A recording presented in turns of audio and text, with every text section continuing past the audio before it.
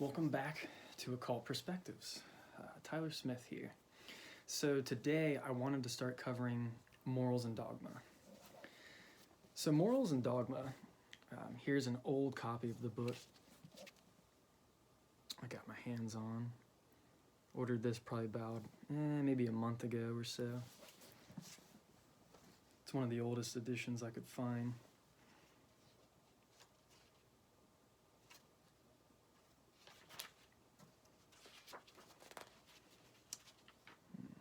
Doesn't say which year it was printed.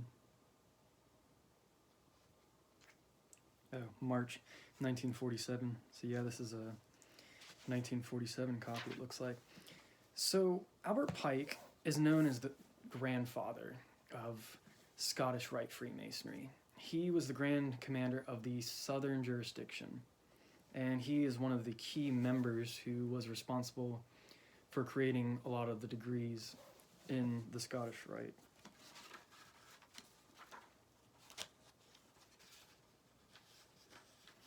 So we can go ahead, and basically the book, it's a mixture of pieces of work from other occultists and a combination of lectures, and it's full of like Kabbalistic knowledge, and then it takes the lessons of Masonry and shows you how they can be implemented in various ways, which we'll see as soon as we get into chapter 1 here.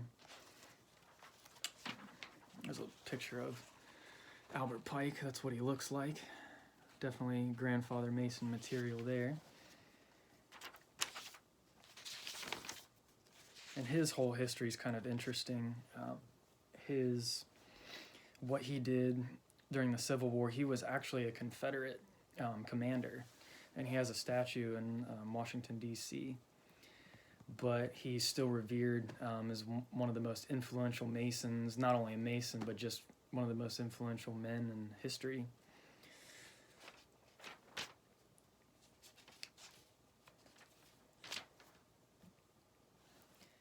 Morals and Dogma, Chapter 1, The Apprentice, the 12-inch rule and the common gavel. And there's a picture right there of that. So in my notes here, and I meant to actually have them printed out. I forgot they were still on my computer, so I'm a little disorganized in that sense. Page 1, the beginning of the chapter is all about the proper use of energy and creating harmony.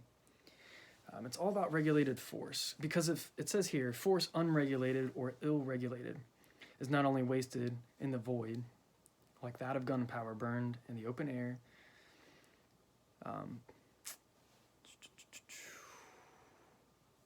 but striking in the dark, and its blows meeting only the air, they recoil and bruise itself.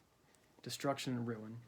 So it's the same theme, it's destruction. They say the volcano and the earthquake. And so what we need to try to do is regulate this energy, using it and channeling it rather than just letting it run rampant. You know, we see sometimes the most destructive people or the craziest people are the ones with the most energy, and it's pretty wild how they just seem to like pull like this vast amount of energy from seemingly nowhere. And the whole concept even that, you know, oh, I'm out of energy, I don't have energy. Like there's abundant energy in the universe, like always. We just have to learn the proper ways to basically channel it into ourselves, pull from that essence. So yeah, force unregulated. If it's not regulated, it must be transmuted, and the blind force must be managed. It is Polyphemus blinded, and he's the Cyclops from Oedipus, I believe, striking at random and falling headlong among the sharp rocks by the impetus of his own blows. Yep. The needle of the compass in a ship is its soul. Basically symbolic of its soul. Here we go. Intellect is to the people and the people's force what the slender needle of the compass is to the ship. Its soul always counseling the huge mass of wood and iron and always pointing to the north. So there we go. And yeah, this force is so massive, you know, he's using the metaphor of a ship. You know, it's this huge piece of just iron or whatever, and it has to be guided. This giant mass, this just pure energy it needs, and the compass is the part of the ship that directs it. It's there's that divine force which guides us, this energy, into the right outlets and brings us to the right people and takes us to the right places if we but learn to use this energy properly. Intellect is the compass. So intellect is the compass, and the compass, the needle of the compass is the ship's soul. Intellect is this compass. Compassion rather than crude force. And what's interesting about the word compassion is that compass is in the word compassion. Compassion takes this brute force and redirects it. Something I see with people, I do this all the time, is the misguiding of when we get angry and stuff. It's misplacement. We end up placing that anger or that fear in a spot where it's not even coming from. It's not being, there's no cause from that place, so there's no need to really direct that fear or channel that anywhere. Just transmute it and use it to your own good. Know that you are the divine force in action. I've been listening to a lot of the Saint Germain discourses, and it's very helpful in kind of flipping the switch for you. So that was page 1. Moving on to page 2, the force must have brain and law to create progress. So basically, what he's saying, if this force just is allowed to just go on like unregulated forever, that's cool and all, but it's not going to have unique experiences if it's not, taken down and channeled in certain ways. We can equate this with divine law as well. The force must have brain and law to create progress. Thought is a force, and proper philosophy is an energy to improve mankind. So we have to take this energy, this crazy, boisterous energy, or if it's undirected or unguided, and bring it within, transmute it, and then use that transmutated energy to improve mankind or elevate mankind, spiritually evolve ourselves, if you will. The force must have a brain and law, then its deeds of daring produce permanent results, and there is real progress. Then there are sublime conquests. It continues to go on there. When all these forces are combined, the great motives of truth and love, and guided by the intellect and regulated by the rule of right and justice in a combined and systematic movement and effort, the great revolution prepared for by the ages which will begin to march. The Aeon of Horus, the Age of Aquarius, is basically here. It's not just coming, it's being manifested. You might wonder why there's so many crazy things going on in the world right now. We have the so-called virus and all that stuff. Things are really changing. It is a transference of ages right now. The power of the deity himself is in equilibrium with his wisdom. Hence, the only results are harmony. And Albert Pike was very aware of these, cycles and such of the zodiac. We just were in the age of Pisces and we're coming into Aquarius. It's not anything special or like, mystical or supernatural. It's just more the science of how the signs move. It's like clockwork, and these archetypal energies take on their manifestations, and that's just the clockwork and how the thing works as natural law and effect. As we said before, when truth and love are combined, guided by intellect, and regulated by the rule of right and justice, the great revolution will come. And this can be equated to the balance of forces, hemispheres, and the tree of life, the 2 pillars on the tree of life, or the 2 pillars at the entrance of King Solomon's temple as well. They're all kind of symbolic of the same thing. The only result can be harmony when in equilibrium with his wisdom. His power would essentially be maintained. And when we say God, we often refer to his or him. The supreme source is sexless. It's beyond the dualities of male and female. But I think with the patriarchal dominance of, especially the age of Pisces, like it's always had to be male. So if it vibrates more with you to say her, go ahead and say her. But ultimately, source is going to be more kind of androgyn in a way, but it's beyond any of those dualities because it is total unity. All right, let's see where we can go from here. Now, we get into force irregulated creates failures and revolutions. Violent uprisings do nothing. Albert Pike equates this to streams that split up and fall under boggy areas and giving way underfoot.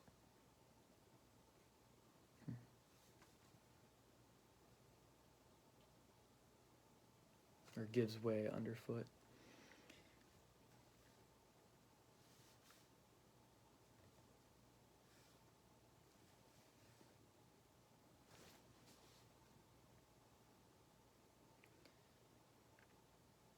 Let's see.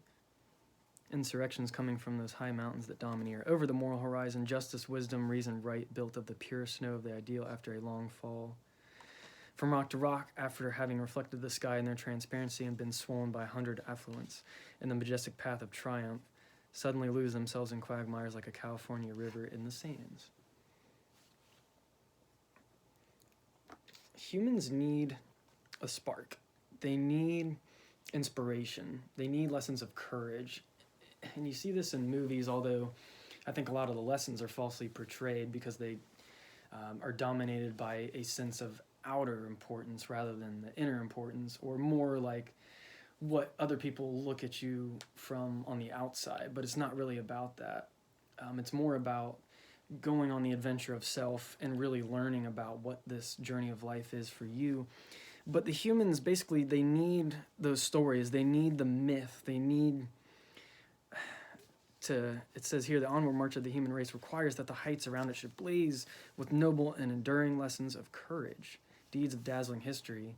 Because if we don't have these positive stories that uplift humanity, all this energy that he's talking about, this unregulated energy, it needs those positive ideals to move towards. So it's not being led into bad places, end up being used in a negative way rather than a liberating or a positive way.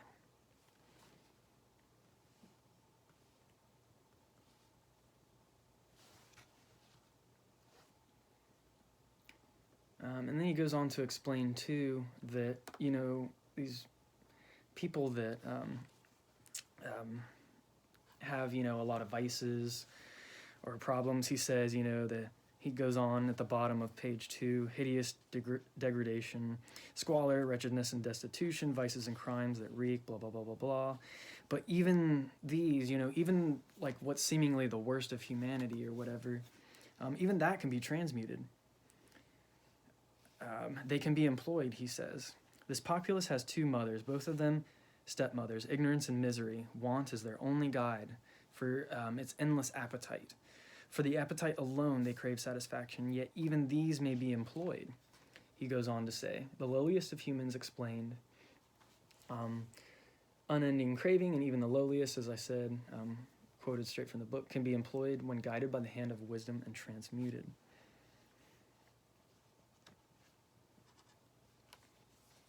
Here we go. The lovely sand we trample on, cast into the furnace, melted, purified by fire, may become resplendent crystal.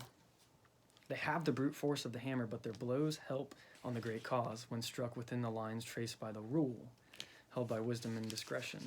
And the rule is one of those Mason tools, the rule by which to live our lives.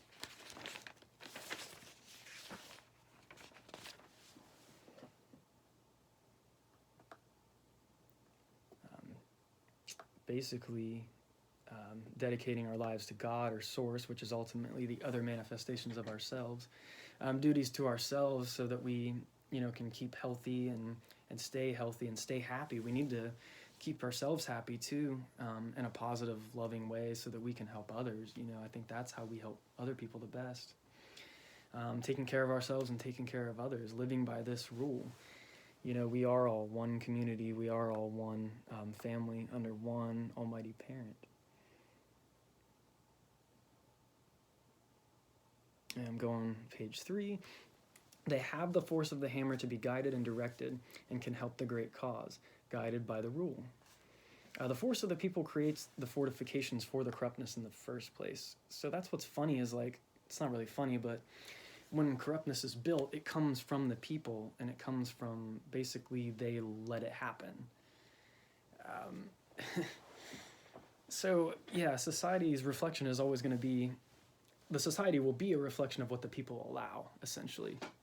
So when you look around and you don't like what you see, you know, the people, it's the combination, it's the sum of everyone's will put into manifestation is what you see around you. So when these corruptions pop up, you know, it was built by the powers. Yet is this very force of the people, this titanic power of the giants that builds the fortifications of tyrants and is embodied in their armies. Hence the possibility of such tyrannies as those of which it has been said that Rome smells worse under Vitellius than under Sulla. And there's a lot of like historic references here, and I really need to do, I guess, Albert Pike really likes to make his correlations with these historic examples, and a lot of them I don't really understand because I haven't studied a lot of this history. I'm more into like the esoteric history, but I probably do need to just study like plain like Rome history and a lot of the more orthodox, like I guess Western history. A lot of it's not really accurate because history is written by the victors a lot of the time. But I think it's good to study everything, and then you can just kind of assimilate, you know, what's good and what's not good, and use discernment. You know, discernment is important when doing research of any kind. But yeah, he goes on to talk about, he continues about how this force is used to create the tyranny in the first place. Paragraph on the sneakiness of corruption. This force is then used to entrap rather than liberate. Armies, you know, that would normally be used to, the force that would be used to protect through armies, you know, becomes instead this force that just wants to like control and rule everything rather than liberate and, you know, maintain real freedom of the individuals, is what he's saying. And this force can be equated to the mace of steel, it says here. Passive obedience by force supports thrones and oligarchies.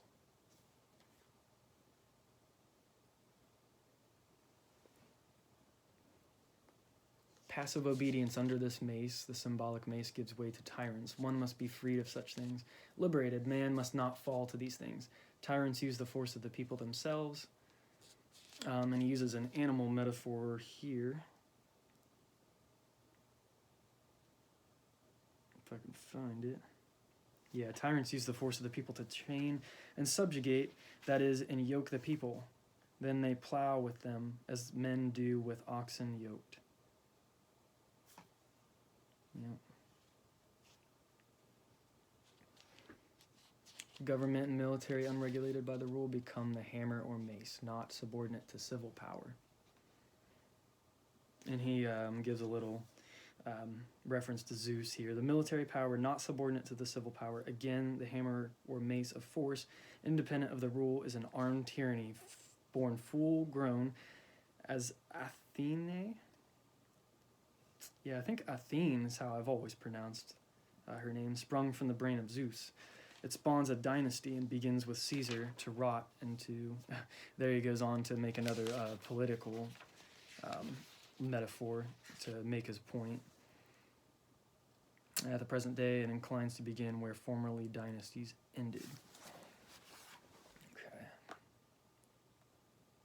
Let's move it on. Let's move this on to page 4. The people put forth immense strength only for it to be weakened, clinging to old belief systems, worshipping symbols as means of the actual means of salvation. This is the mistake that like a lot of, you know, just even the exoteric parts of religion and such, not the true esoteric spiritual teachings, liberating teachings of the religions, but more the dogmatic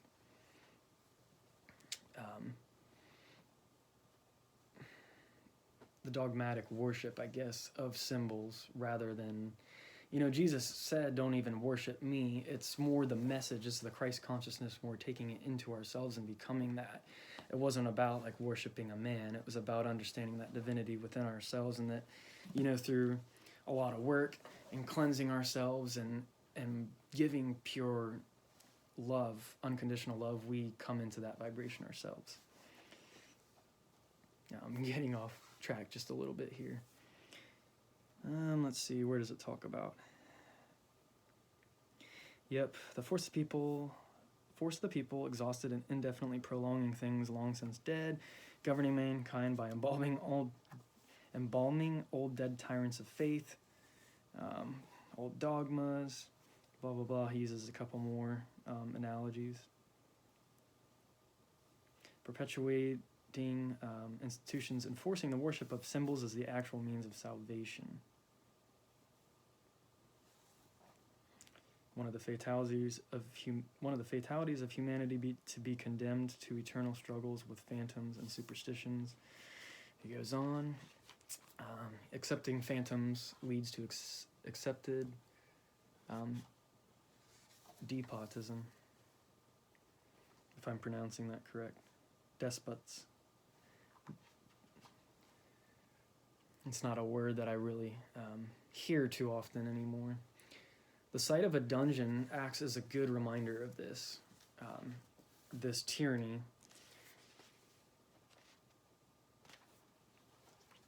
Things such as the Bastille.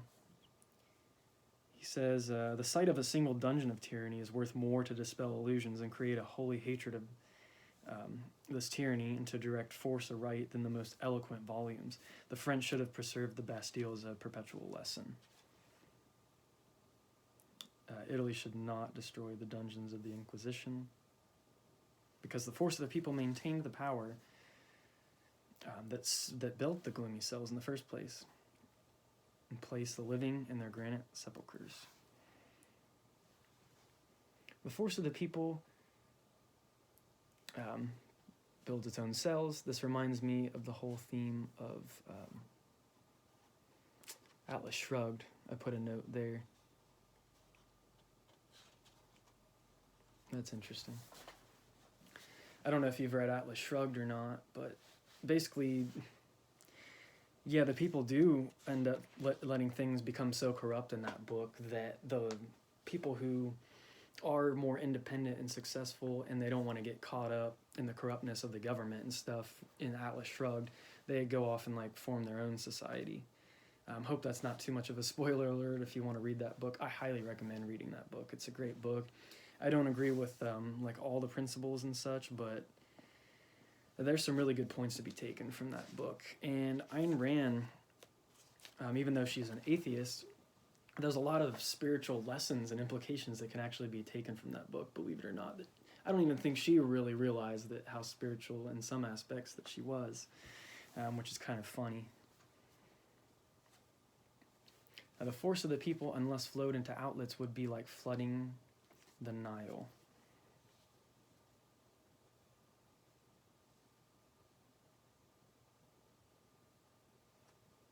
Yeah, I meant to have some 432 hertz going on in the background too to kind of break up some of the silence, but my notes are on the computer, so I don't think I can keep YouTube open at the same time that I have my notes. Maybe I can. Oh, looky there, I could have had it on the whole time. Silly me. Alright. I'm almost done with this video now anyway though, because we're at 24 minutes. It's getting pretty long. I'll go ahead and finish up the rest of page 4. As I said before, he makes an analogy here of the force of the people, unless flowed into outlets, would be like the flooding of the Nile. There must be law and rule, or the gauge of constitution and law. I think it's more like natural law. Like we've kind of like lost the real idea of like what law and order is. It's kind of become like this matrix or archonic, kind of like false paradigm thingy. But when we understand what natural law is, what the real karmic laws are, we won't really have to be governed so much. Like in the New Age, each individual will be able to be his or her own kingdom of self. And then from there, we can choose where we want to like manifest our realities or where we want to go in this incarnation. We'll be able to be more efficient and make more fully developed choices.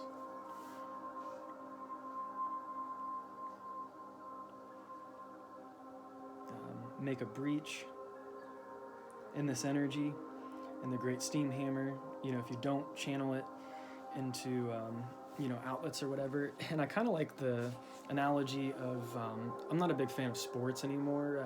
I used to watch sports when I was younger. Kind of reminds me of like just a modern day like Coliseum type deal or gladiator thing, just not as violent. But imagine all those people in that stadium and like how upset and angry they get, or like how happy they get when their team wins, and how upset they get like when their team loses or whatever. All that energy, like if it wasn't being directed into sports, like if we didn't have substances like alcohol to subdue the energies of people, like, and those people aren't like good people, like they don't really want to work on themselves, they don't want to do the inner work, like it's hard to say like where the energies of those people would go. So is it really such a bad thing that their energies are being channeled into these stadiums? And gosh, it's so much concentrated electronic energy. It's I don't think it's a good use of energy, really, personally, but maybe it's just meant to be. Everything has its time and place, so I'm just glad they're channeling their energy there, and in a not like a negative way that's hurting anybody. So I thought that was kind of funny once I started to think about it more, judging less, and just thinking more about it on an energetic level. Every archetype must be filled, is something I say a lot. But make a breach, in the redirection of this energy, and the great steam hammer with its swift and ponderous blows crushes all the machinery to atoms, and at last, wrenching itself away, lies inert and dead amid the ruin it has wrought.